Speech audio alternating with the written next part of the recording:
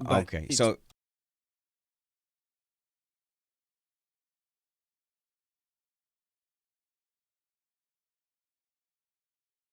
so that's microphones on. No more saying anything litigious or rude, Matt. We've got to do this remain indoors thing. And I tell you what, we're going to start on time. The critics said it couldn't be done, Matt. The critics said there's no way Trumpets and Spanners can start a stream on time. And here we are, bang, on 2 o'clock, ready to go. But you're on mute, though. So that's the first mistake you've made. Yeah, you're on mute. You don't think you're on... I'm just messing Oh with my you. God. Why? Right, that's a really... Okay, so firstly, that is a very visual joke, and I've not put our video up yet. So that was just silence, all of that. Excellent. Well, at least we got one thing wrong. It wouldn't be a real stream. All right, let's get going.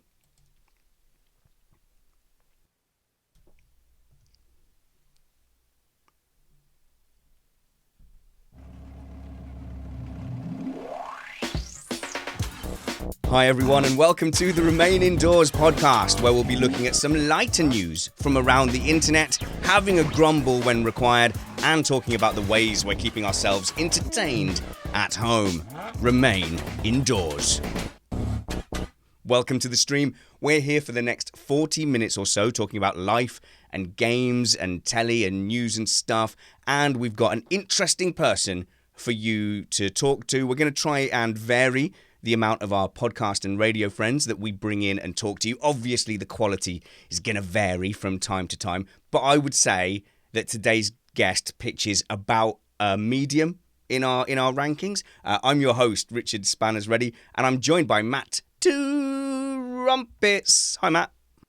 Hey, Spanners. Good to see you again. Been keeping busy, I hear. Well, to be honest, when you have a trade which is doing things from your shed for not a lot of money, basically all this situation has meant is that I've doubled the amount that I do from my shed for even less money. So it's just more of the same, really. Yeah, we used to do the same kind of calculations in an orchestra, where it was the less you played, the better you did because you were getting paid more per note. Exactly. And that's why I always feel like Cheaty on the radio. Whenever I play music, I'm like, okay, that's free content where I don't have to talk. And then I was on air as we were preparing for the Prime Minister's speech a couple of announcements ago, and I was like, this is brilliant. The Prime Minister is doing content for me because whenever he starts talking, I have to fade up his speech and go, oh, we're going over to the Prime Minister now, and I can just have a cup of tea. Even better. Yeah. So Boris Johnson earns me about a fiver, so thanks. So I guess that makes up for everything else at the moment. We've also got a guest with us, Matt. I didn't mean it, Brad. I didn't mean that you were medium on our list. It's racing driver, tyre tester, former driver coach, and GT driver Bradley Philpott. How's it going, Brad? It's going very well under the circumstances. No, I'm quite happy with the medium, actually. With being medium, who would you say is definitely below you on the guests we've got and are planning to have? Oh, I don't know. I don't actually know your list of guests, but probably Kyle Power and Alex Van Gien would be below me. Yeah, I would agree. Kyle is going to be on sometime next week. He's probably just going to talk about engines and lasers, I'd imagine. You're going to talk to us about some really interesting stuff because your job is driving a car professionally for a living. Yeah, it is. Not at the moment, though. At the moment, my job is driving a pretend car, kind of professionally in my study. I can't believe you've actually had someone on who's going to talk about tires. Like, if you lost your mind. So for those of you who don't tune in to our Missed Apex podcast F1 chat, Matt has this ongoing obsession with focusing everything on tyres. So why did Hamilton win that race? Well, here's a 5-minute monologue about tyre wear. Matt, why do you think the starter delayed his start? Oh, well, his tyre's on his finger. And I'm like, Matt, stop making everything about tyres. Then everyone says that I hate tyre talk. I don't. I hate Matt talking about tyres. But they are the most important part of the car. They're the bit that touches the ground. And I'm sure, Bradley, you'd agree, being a professional tyre tester for performance tyres. Yes, I would definitely agree. I spend evaluating various different types of constructions and compounds and anything that goes into building a tire. I have to drive it and check it and evaluate it before it gets made into a commercially available tire. Well, we were afraid, Matt, that we weren't going to make a mistake. I think I have only just unmuted the sound for the live stream. So there we go. So, I mean, there's that, isn't there? We'll get this right. At least today I hit stream on the correct channel. Yeah, that's an improvement over yesterday where everything went wrong all at the same time. I was very embarrassed. But I'm glad that we are keeping up the small things that go wrong and the first world problems, because I feel like with all the big problems in the world, you know, we've had big hits of, obviously, America's been in political turmoil, fighting over a very controversial president. We've had Brexit. We've had loads of storms coming through the country, flooding, particularly in the north. And then we've had, obviously, this worldwide global pandemic. I feel like we've lost touch of, like, the little things to complain about. We've forgotten to complain about the little things, like, in fact, my wife has not forgotten to complain about the little things, but I'm complaining about her complaining about the little things. She is obsessed with different types of teaspoon, and I keep getting told off for mixing up teaspoons and the children's spoons. Even though they're both essentially just tiny metal spoons, I can barely tell the difference between them, but I'm constantly getting told off for making tea with a child's spoon or giving them teaspoons to eat their food with. Ah, yeah. That sounds like just the sort of thing that we used to call 99, right? Oh, well, right, okay. So now we need to explain 99ing. Let's see, Brad, are you aware of the phenomenon of 99ing? Oh, I am fully aware. So I think, right, as well-meaning chaps, right, who worship our goddesses of wives and fiancés, which we all three of us, I know for a fact, we worship the ground our partners walk on. So we're always trying to please them and make them happy. And it was sometime during doing Dad Hub that I realized, like, it doesn't matter if I try and fulfill every single thing my wife wants me to do, and I do 100 things like some kind of Greek fairy tale myth, doing these complicated tasks for her. If I do 100 things for her, she won't come in and go, "Oh, my love, my hero, I will be so grateful. Look at these 99 fabulous things you have done for me." Correctly, she won't. She will find the one thing that you haven't done and then go, why did you not, like a sergeant major with the white glove, why did you not dust this surface? But I rearranged the loft. I built finished off the brick wall at the front you've been wanting me to do for 6 months. No, but there was dust on the table. And what I realized, Matt, is that it doesn't matter how many things you try to do, your spouse will want to find the one thing you haven't done and therefore still exert some kind of power on you. And that is 99ing. Succinctly put, I would say. Oh, good. Okay, good. Well, I appreciate your input on that. But what I realised at some point was that there was no getting out of this cycle. So I said to her, I said, look, you complain about many things around the house, right? And I want to fix all those things. So I'm going to keep a list of every single thing you tell me to do differently, and I will address those. So if you think I don't make the bed, I will put it in my list every morning, make the bed. I'll go and make the bed. And at some point, I said to her, at some point, I will have completed, I will become the perfect husband and you will have nothing to complain about. And she objected to that. She's like, no, don't keep a list. And I sort of figured out it's because she doesn't want me to become the complete husband. I mean, it's a hobby after a while. I don't know. For me, at least, the biggest fights are about a thing needs to be done. We both want to do it, and we both intend for it to be done entirely differently, although we would arrive at the same outcome regardless. Oh, no. Oh, go on, Brad, go on.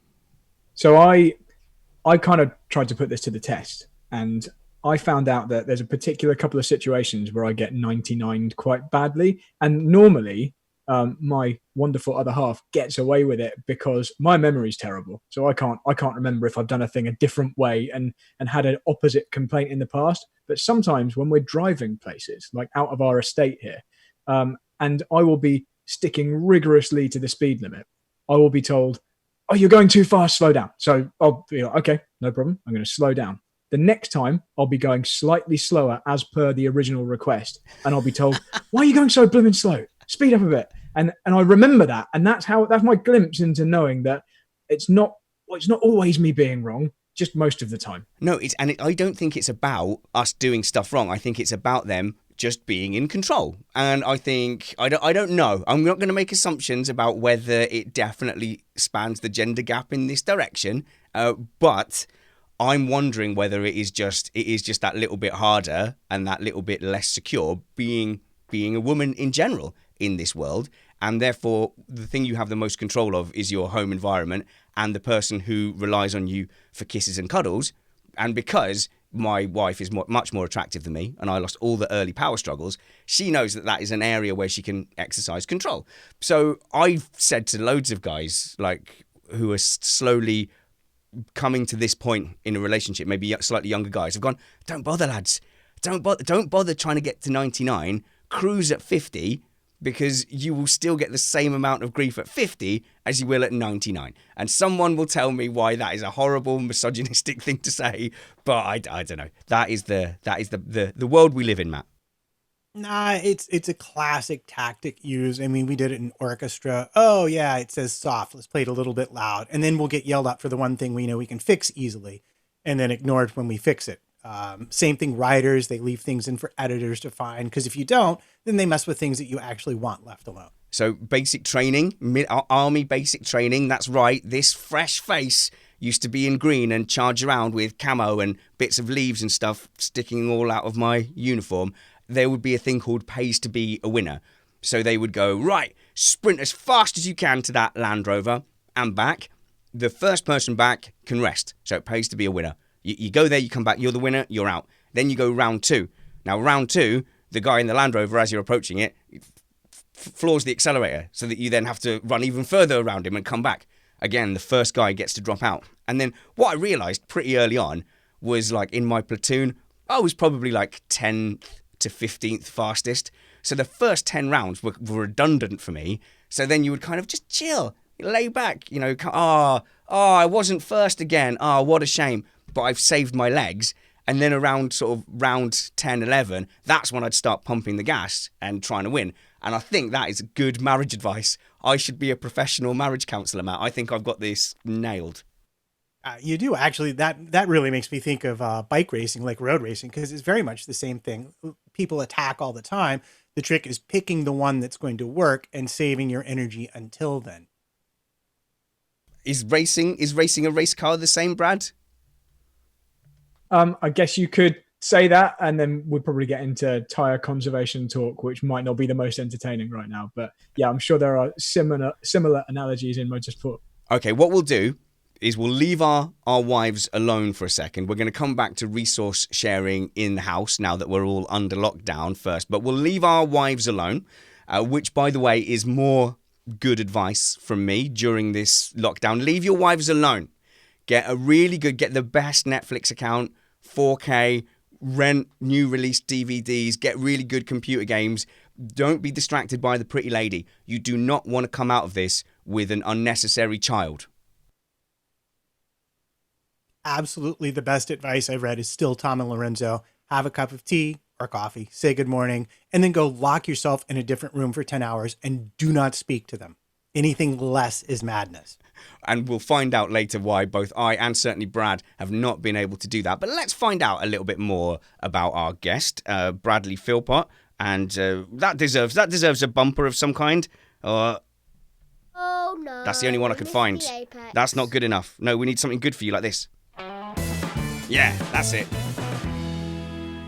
Bradley Philpott, you are actually an extraordinary human being. You're getting on a bit now. How old are you?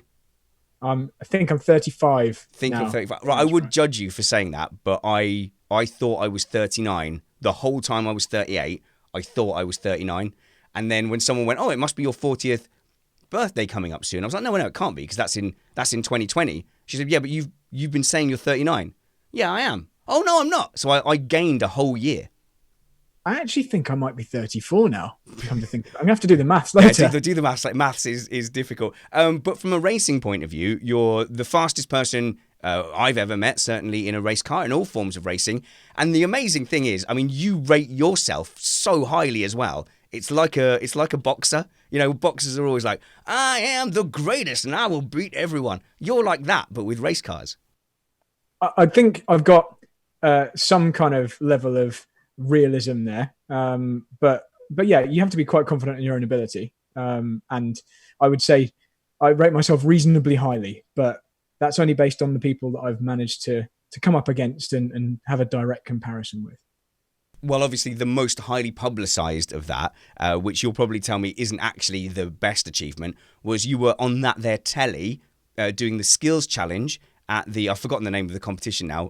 What is it? What's it called? The Race of Champions. That's it, the Race of Champions, up against Formula One drivers. Tell us a little bit about that, because I guess you met the likes of Vettel, Daniel Ricciardo, Jenson Button, who were all at that event. How did you end up, like, no offense to you, how did you, from relative obscurity in motorsport, end up racing against F1 drivers? Yeah, so back in, it was 2015, I believe now, I managed to win a wild card entry to that competition. So you're right, I'm not someone that would be normally invited alongside those stars, but I think it was a Facebook competition that I entered, and essentially you had to make a video showing your driving achievements, and then publish it on the Race of Champions website, and then you get voted on. So lots of race drivers would put their videos on, and then it would be whittled down to the final 3, I believe it was, and then you go through to a shootout to see who would actually win the place to race at the Race of Champions. Okay, so what was your video? What did you send in?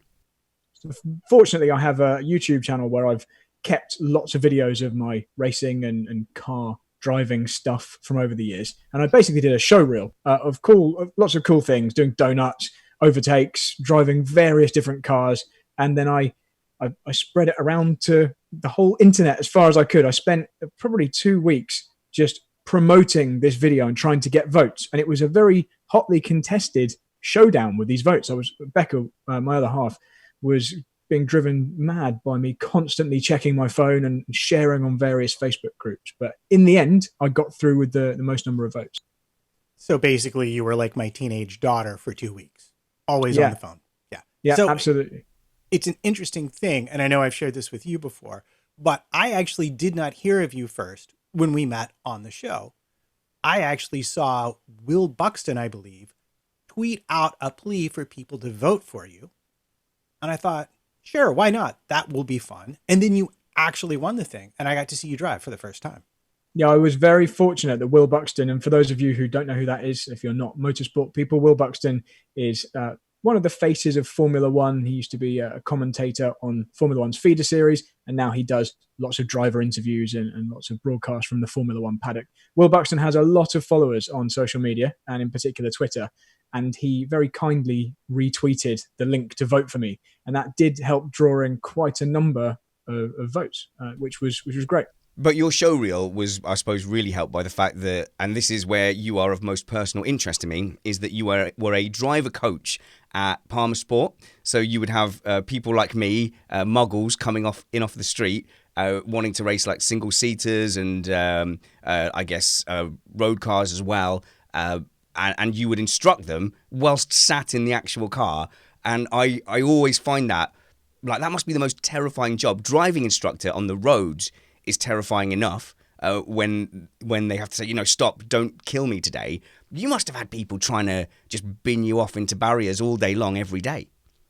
Yeah, that's exactly what I had. Over the course of about 12 years, I had countless near misses and hairy moments. And I think my brain has actually removed quite a few of them just to So keep me sane.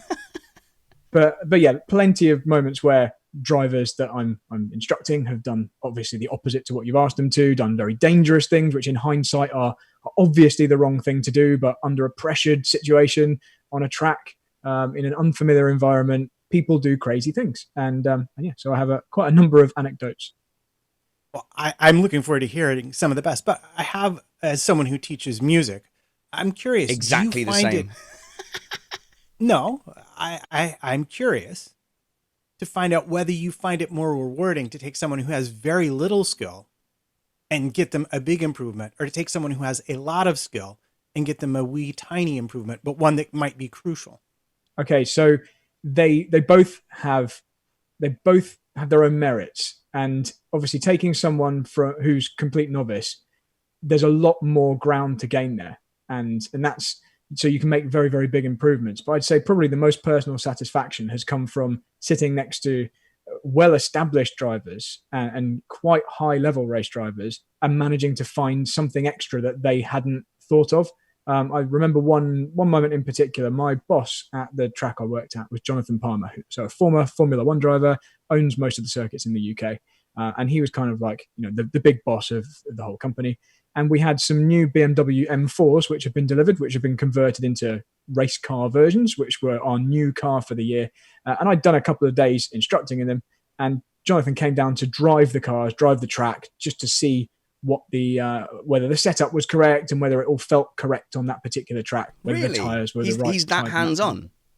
Yeah, he was very hands-on, and I was one of the instructors on that event for the day. So on those cars, we had lots of different types of cars, but I was on the BMWs, and he asked me to sit next to him. I don't know why, but I didn't even know he knew who I was.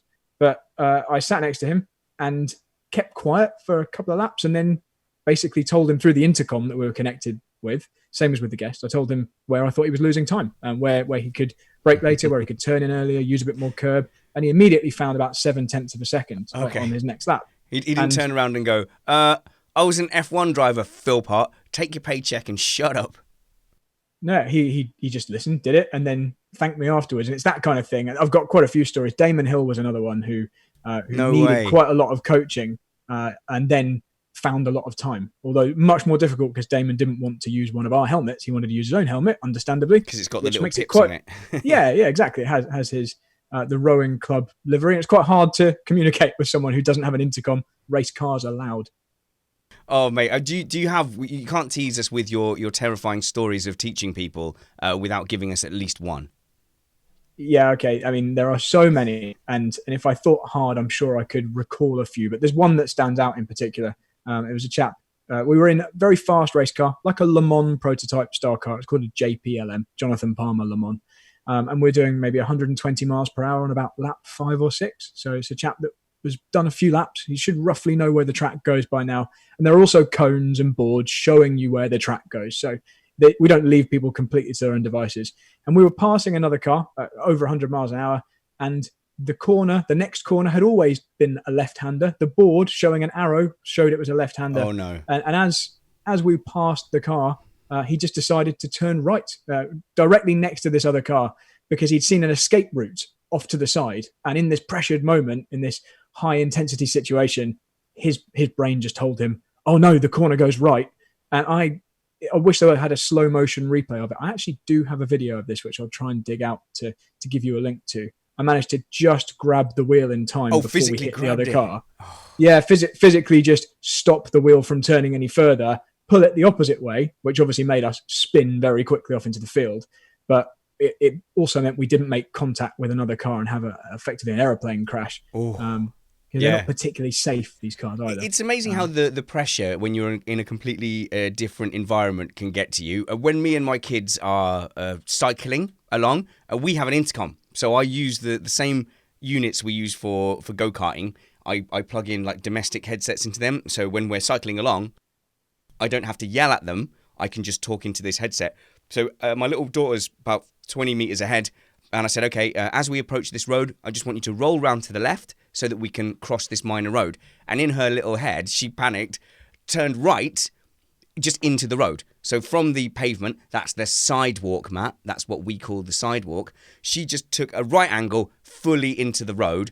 The guy in the car coming the other way just absolutely panicked, as you would, was able to stop in plenty of time. But obviously, and then she fell over out of fear, like some strange mammal. She just keeled over, started crying, lots of tears. The guy who would have hit her if he hadn't have braked, he's there like panicking and like nearly crying because he's like, oh, at least I didn't hit a kid. But just somehow the instructions and stuff can just get muddled up in your head between left, right, and you see that escape route and go, I've got to turn. Matt, what was it that is distracting? Is it that chat room again? Is it that pesky chat room making you laugh again? No, I was laughing at the image of your poor daughter just you were, coming to a stop and then toppling over. oh right, yeah, It's yeah. Yeah, no, it was. it's a thing that, as someone who raced a bicycle, is very embarrassing to admit, but it's very easy to do because when you're riding gear like that, your feet are locked into the pedals. Now they have clipless pedals like ski bindings that you can use, so it happens way less often. But when I first started racing, you used toe clips and straps.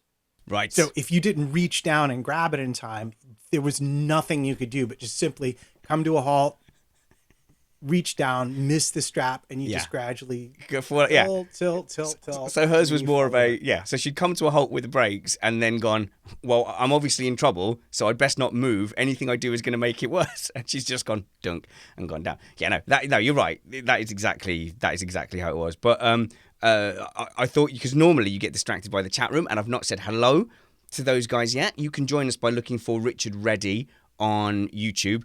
I'm yet to change the branding to Remain Indoors. I might have to, but this is the channel I use to like send my family, my international family. I send them like uploads of like the kids on their bikes or playing games like Stone or Potato. So if I suddenly change it to a apocalyptic YouTube channel called Remain Indoors, they might be quite shocked. So give me some time to change it first. Search for Richard Reddy on YouTube, and you can be in the chat room like Ian, Connor, Lucas, and European, Strangiaito, Clappers, hello, Udivia, hello there, Rob, Vicky, loads of people. Wow, loads of people. Matt, people are actually watching this. Let's buck our ideas up. Yeah, so let's keep them entertained and slightly distracted, which is always the plan. We will be publishing on Mondays, Tuesdays, and Thursdays so far, and we've got no shortage of guests because everybody's available and everybody is willing to come on and chat to us for a bit, and we'll get interesting people like Brad on. We're focusing on books. I shouldn't say that. One of the shows next week is on books. See, if I was listening to that, I'd go, well, which show is the one about books? I'm going to not tune into that one. But we're going to have Nick Alexander and Dakota, his friend, who are going to give us some books and talk about all the normal stuff we've been doing, surviving the apocalypse one day at a time. Subscribe to us on iTunes. We're on iTunes now. Search for Remain Indoors and give us a subscribe. And if you want to tell anybody what we're up to, we're not doing anything in the form of money. So if you want to help us with growth, that would be amazing. Tell a few friends to remain indoors with Remain Indoors. That makes no sense. Last thing on the driving school, Brad. The thing I love most about your anecdotes of instructing is that, well, a normal driving instructor has a pedal where they can brake if they feel unsafe. You have nearly the opposite of that. Yeah, so you have a brake. You also have an off brake, which is directly attached. So most of the cars don't have ABS brakes, so it would be quite easy for the driver to lock the wheels if they brake too hard. So you can both apply the brakes and remove the brakes, and also kill the engine with an electrical cut, which is immediate. So you can also use that as traction control. And as I mentioned before, one of the biggest tools you have is physically grabbing the steering wheel. Oof. So quite often in these cars, they're quite small. So you're pretty close to the driver. You can reach across and just steer. And one of the tests that you had to do effectively to become approved as an instructor was that you had to be able to lap extremely quickly from the passenger seat with a driver who was just flooring the throttle and doing nothing else. They would just keep their foot to the floor, and you would have to change gear for them on the paddles. So like leaning across and clicking up and down. You have to steer with your right hand. That's a test. Yeah, I've done that myself, and I've instructed people, new instructors. Sorry, I've kind of assessed them, I should say, so, where I've been the driver. Wow. And I just sit there, put my foot to the floor, and do nothing else. Fold your arms, let go of everything, throttle to the floor. And the instructor can then change gear, brake. They can kill the engine whilst they're braking, obviously, so you're not just driving straight off the track. And you're supposed to be able to lap faster than the fastest guests from the passenger seat. I certainly could at the time. Presumably that job paid £1 million a day. Like, what the hell is that? That's insane.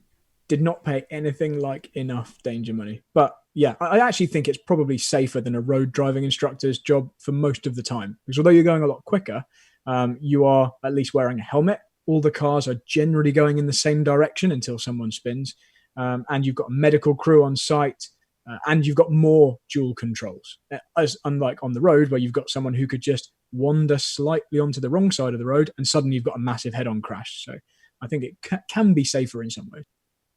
So Lucas in the chat room would like you to define the pucker factor for that particular exercise. And Ian says for sure that's an onboard that we all need to see. You know what? Actually, it's not that scary being the driver who's just flooring the throttle and folding their arms, because at that point, you'd only get to that point with an instructor who you thought was pretty good anyway. They're graduating to the point where you were going to let them do that. You'd probably trust them. There probably aren't any other cars on the track at that point either. So it'd be quite funny actually when they get it wrong and they have a massive spin and it's, all you're doing is just sat there and kind of giggling. There's not really a lot of pressure at that point. You'd be hard pressed to do a lot of damage on that particular track. The barriers are quite far away. So, Matt, I don't know what you're hearing, but I'm hearing that Brad has lost the basic sense of survival that keeps people like you and me alive. I just fear that you've just been emotionally damaged, and this explains a lot of things I now know about you. I think I'm absolutely recovered from my stint as an instructor now, because it's been about 3 years. Brad, is this why you are terrible at hugging people? Maybe. Yeah, maybe. Brad cannot execute a hug. But the scary thing is you think you can. Well, now I doubt that massively, because in private with my fiance, I mentioned that you guys had told me I couldn't hug, and she kind of went, yeah. Oh, out. Okay, let's go back to the relationships we're all having at home, having to spend more time at home, sharing our resources. Because I was interviewing a treasured friend who I won't name, a new friend from my radio interviews, a great contributor, who said to me that she was either going to leave this lockdown pregnant or divorced. One of the two. It was going one of two ways, because people are suddenly driving each other nuts, having to spend a lot more time together than normal. So let's have a little bit of a show of hands around the table and see who is having to share their workspaces now. Matt, normally when you pull that face, it's because the chat room's... It wasn't the chat room. It was a random Twitter reminder of a New York Times reporter who, when it was announced everyone would be locked down, said, sure. They said, get a studio, they said. You'll never be there anyway, they said. Oh, a studio apartment, like a small house. Yeah. Oh, yeah, your house choice is like a huge factor, actually. Right, so we are of medium means. I know this is a bit of a tangent, but whatever. This whole show is a tangent. We are of medium means, and we moved from up north, Lincolnshire, to me that's up north, where house prices are very different to the new towns, such as Stevenage. I can't think of a single other new town now. Milton Keynes, that kind of thing. The prices are much more expensive. So we had the amount of the amount of money our house was worth up north. We looked at Stevenage, started looking at the house prices, and you could get nothing. Like a 2-bedroom, really small apartment for a family of 4 with 2 growing kids. It was like, oh, no, we can't do that. So we looked on the map, and then we kept like going, okay, nothing in this zone for Stevenage. Let's go out a little bit, drew a bigger circle to see what we could find. No, still can't afford it. In fact, if anything, it was getting more expensive in that circle. So we kept drawing bigger and bigger circles until I was about half an hour's drive away, which is not too bad, in the middle of the country in former American Air Base houses. So they're really, really old houses, but they were made for USM. And obviously you guys are used to like bigger properties in general, more land or whatever. That's how I envisage it, the frontier. So what we've got is a kind of run-down house, but because it was made in that style, at least the rooms are big. So whereas we would have had a much nicer house if we'd got a new build, or I could have been a lot closer if we'd have been in Stevenage, the house we've got is falling apart. If you hit any switch too hard, some plaster will fall down, or just a random brick will fall away, and go, well, that room doesn't have a roof anymore. But at least we have nice big rooms, so we don't get claustrophobic during this period of lockdown. And Matt, you are in a apartment in New York. Yeah, we're in a 3-story house, actually. We've got the top floor. And the thing about this is it was definitely a stretch from a budget point of view when we chose to move here. but it kept our kid in the same school district we wanted to be in. And our house is like about a story taller than any other building immediately around it. So when we first looked at it, it had this amazing light. It was just a beautiful place to be. So I talked the wife into let's spend the money and move someplace we know we'll be happy. But the genius thing about it is it's got 2 bedrooms on opposite sides of the house. So the child sleeps far away from where we sleep, which when you're all on the same floor is a good thing. And it has a tiny little office. And by office, what I really mean is a storage space that I've been allowed to inhabit about 1/3 of and set up my computer and stuff like that. And that's where you are now. That's where I am right now. And I get up in the morning, have my coffee, we have our chat.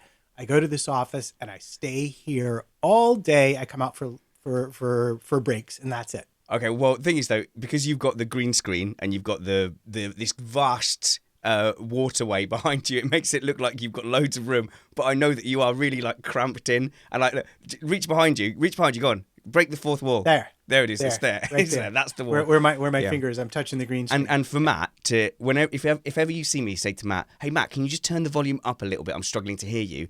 And he goes, that's because he's literally got enough room. He has to like weave his hand like that guy out of Fantastic Four. He has to weave his hand in and out of booms, up through cables, and then like twizzle it, and then he brings his hand back, and I'm like, no, other way.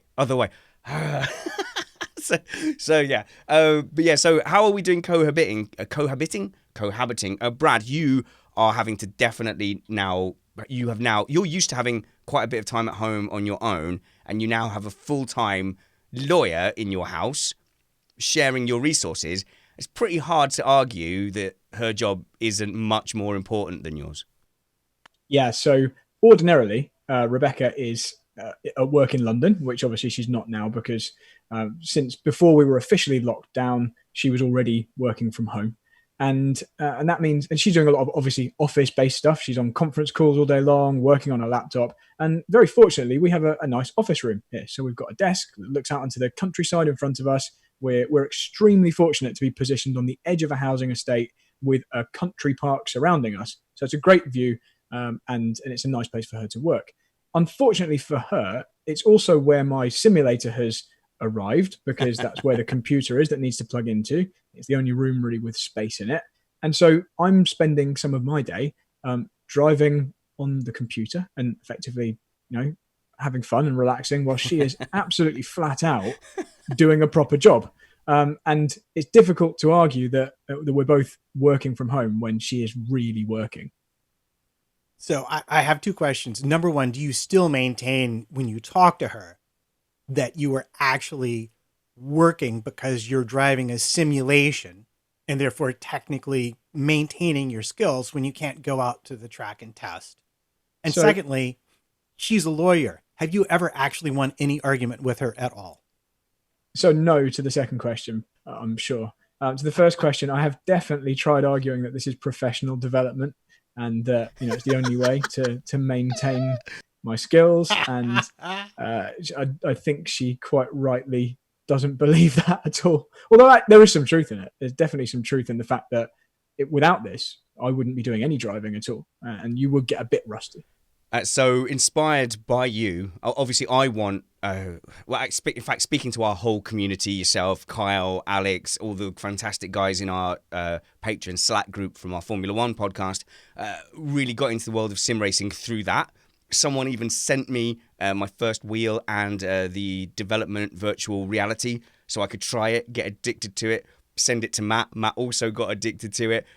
In my case, though, what I was really missing was a proper chair. So you have a roller chair like this, and then you're driving along and you press the brake and the whole chair goes backwards and you go, I didn't brake at all, but now I'm further away from the steering wheel. The only way I justified getting a proper seat was because my boy has been getting into it, Treeface, and Brad has been training Treeface as well. So I've said to the wife, his karting is as much of a hobby as piano, and you are happy for us to have keyboards and pianos, so he needs a proper race chair. And I just so happened to get one that also fits a 39-year-old for him as a 9-year-old, and that is the only way we could justify getting the play seat. Yeah, I've been very lucky that I've been just allowed to have one of those. Quite a nice one, Allowed. quite a nice wheel, and it's always been out in the garage, out of the way. But since it's still pretty cold, it's not really summer yet, and we're obviously remaining indoors. Mine has migrated into the office room, and it's much more pleasant here. Yeah. So, but you have, like you've touched on there, you have to like negotiate, don't you? So we have a shared Google Calendar, and Matt, honestly, we are not only a bickering husband and wife couple anymore. We are resource managers who are fighting within the same company, like our families like the company, and we are honestly having quite heated negotiations about when does she get the studio to do her now online lessons and her online classes, and when do I get it to do podcasts, and like this doesn't earn any money, whereas she's like, well, my piano lesson does earn money, so you lose. And honestly, it's been quite a rigorous negotiation. Yeah, it's thankfully she's not a lawyer. However, she is a singer. So yeah. She is a ferocious woman. It's very hard to win any kind of arguments, but we have reached a reasonable compromise. I would say we've reached a reasonable compromise, mainly used around a shared calendar. So you still have to check, like, oh, I've got Remain Indoors podcast from 2:00. It's in the calendar. You're aware it's in the calendar. Please make every effort to not make me move that. Okay, it's good. That's fine. But when I come in here, she is using the studio like it's hers, like she owns the place, like all her settings are just left in place. You know when a site says allow desktop notifications, and you go, no reasonable human being would ever want that, and I don't want it to make a noise every time I'm recording. Her response is somewhat different, which is, oh, a notification when you need something from me. How useful. Yes, please, allow. I come in to do recording, and it's like, bing, bong, bing, pong, ping, ping, ping, ping, ping, ping, ping, ping, ping. And I hate it. It's my end the pandemic just so I can have my stuff back. Yeah. So basically, this is the toilet seat argument then. Yeah, toilet seat up or down. Yeah, exactly. It's exactly that, except I'm still trying to win this, whereas I've completely lost the toilet seat up or down. In fact, you know what finally lost? I guess, Brad, you'll still have that argument with Rebecca being a childless couple. But when my little girl finished potty training and was using the proper toilet, the first time the seat was left up and she just fully fell into the toilet, that won the argument. It's like from then on, it is always toilet seat down, and there's just there's no debate anymore. We don't have that debate. It stays down. You just do what you I bet she makes you do sit down wheeze. That's what I'm going to bet. No comment. The pause was too long. The pause was too long anyway. Right, Matt, how have you been getting on with the very talented at Amanda Weaver Writes, at A Weaver Writes? Has she been bringing her work into your studio? Don't tell me she's been using your green screen to write smutty books in front of. No, this is a really weird thing, because you'd think that now, I mean, and she's officially been laid off from her actual day job that earned her money. So we both basically have no income right now because all the music gigs aren't happening and all the schools are shut down. But you'd think she'd be like writing up a storm, but she and all of her writer friends are basically like nothing.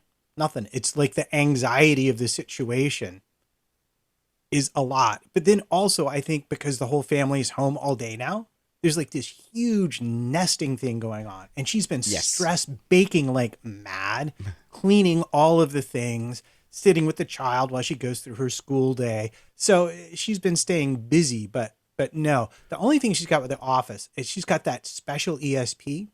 Like if I come to the office, I'll practice, I'll do research, I'll get notes ready for a show. And then, maybe 5-ish our time, I'll be like, you know what? It's time to practice a little driving. Plug in the wheel, put it on, 2 minutes into it, she'll stick her head in. Can you come do a thing? 5 minutes later, the kid will be, can you come do a thing? And no matter when in the day I choose to make my practice driving time, inevitably they know it and stick their head in. So it not only makes me look lazy, but I don't actually really get any practicing done. Oh man, since I've been working from home, like if I have any rest, that is exactly when my wife comes home and I'm like, I've been working really hard, I've just this second sat down. I had to do an early morning recording with Joe Saywood, F1 journalist. We arranged it for 8:00 in the morning to try and avoid the busiest internet times, because he lives in an area now which had rubbish internet anyway, But now in France, they've been really locked down for a while. Everyone's set up their online businesses. But my family's so not used to me recording in the morning. They wonderfully made me a egg and bacon muffin thing, right? And the boy brought it to me halfway through the thing. He was like, dunk, dunk, dunk, dunk, dunk on the shed door. And I'm like, oh, that's weird. And then a dunk, dunk, dunk. And I hear, because it's soundproof-ish, I hear a, Dad, it's breakfast. Dun, dun, dun, dun, dun. I'm like, oh my God. So I'm having to mute and unmute between door knocks. I'm like, right, I've got to do something about this. I'm like, Joe, this would be a fantastic time to tell us one of your stories from your book. We can advertise your book, right? And then he starts telling the anecdote so I can take myself off screen. I run out to the door. I'm like, oh, thank you so much, boy. This was really wonderful. Thanks. Put it next to me and then had to sit and watch it go cold. So it was a lovely gesture, but it's completely wrecked the live stream because we're just getting used to each other's routines and changes. But, you know, you can't yell at people. You brought me my delicious egg and bacon muffin at the wrong time, and I was slightly inconvenienced.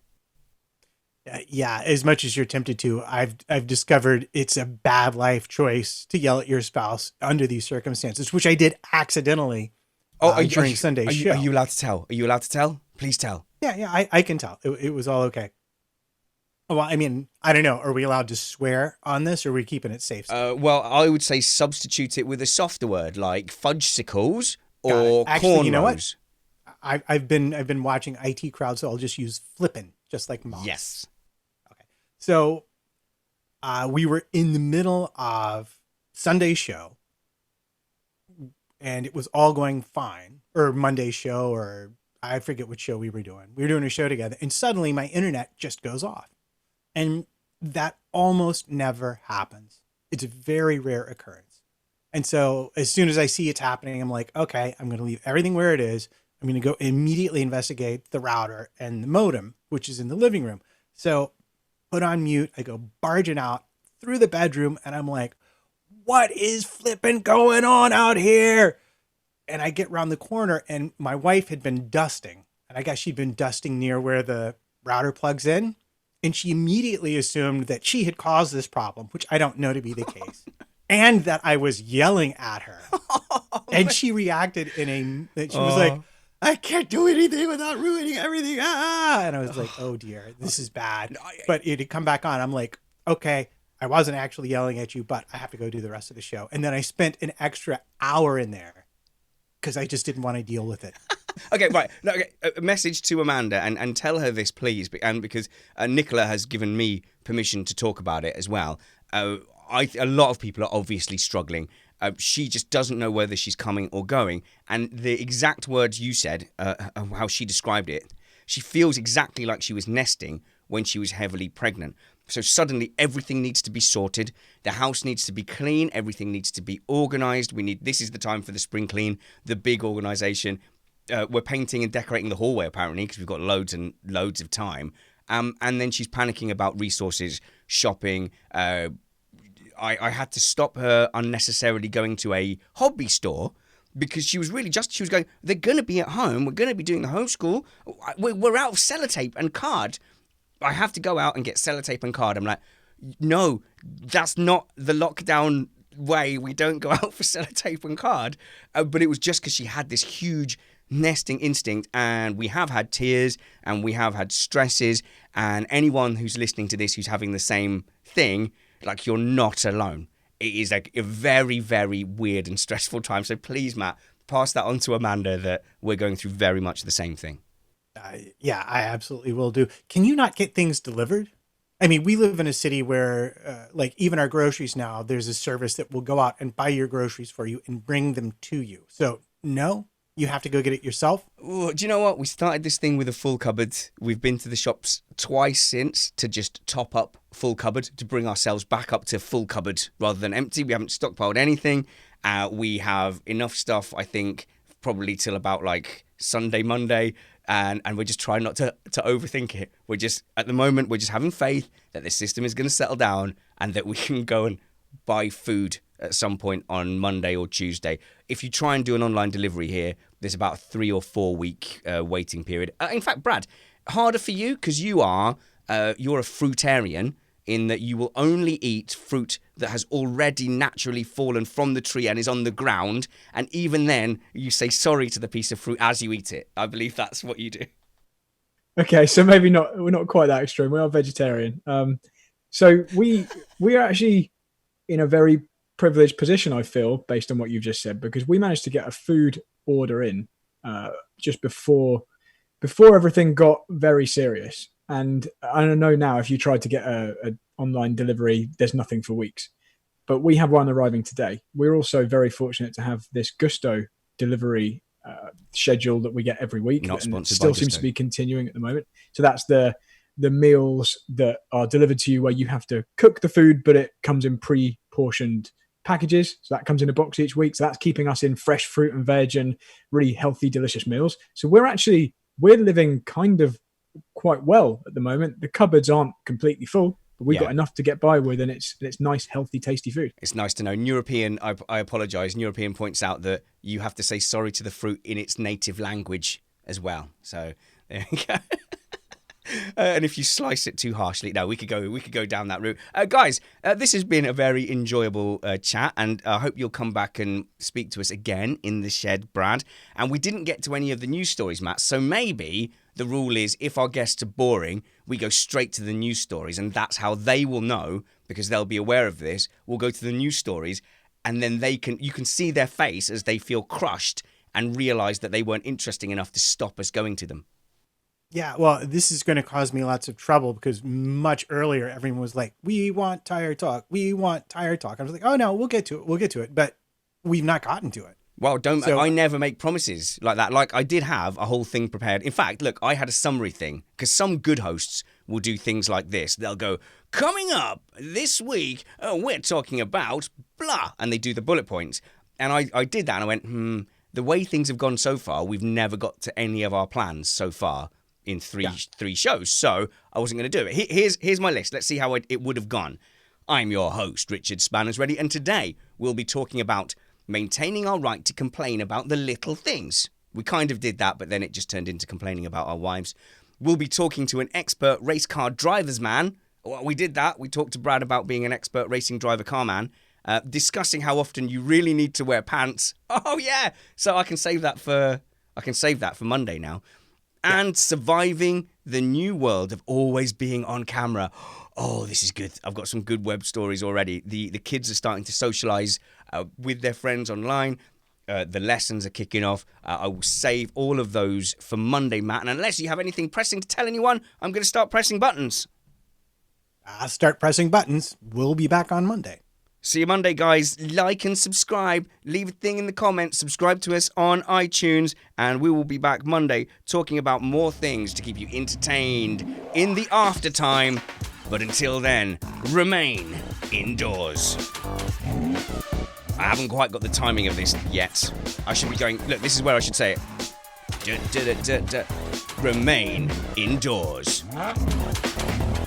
Yeah. That would have been better. We'll give that 5 out of 10 because I kind of saved it, narrating the error, and then we'll rate me on my endings after that, from now on. How does that sound? I like it. Good. That's it. As long as they're rating you and not me, this is all good news. Well, I don't know. People, I find people.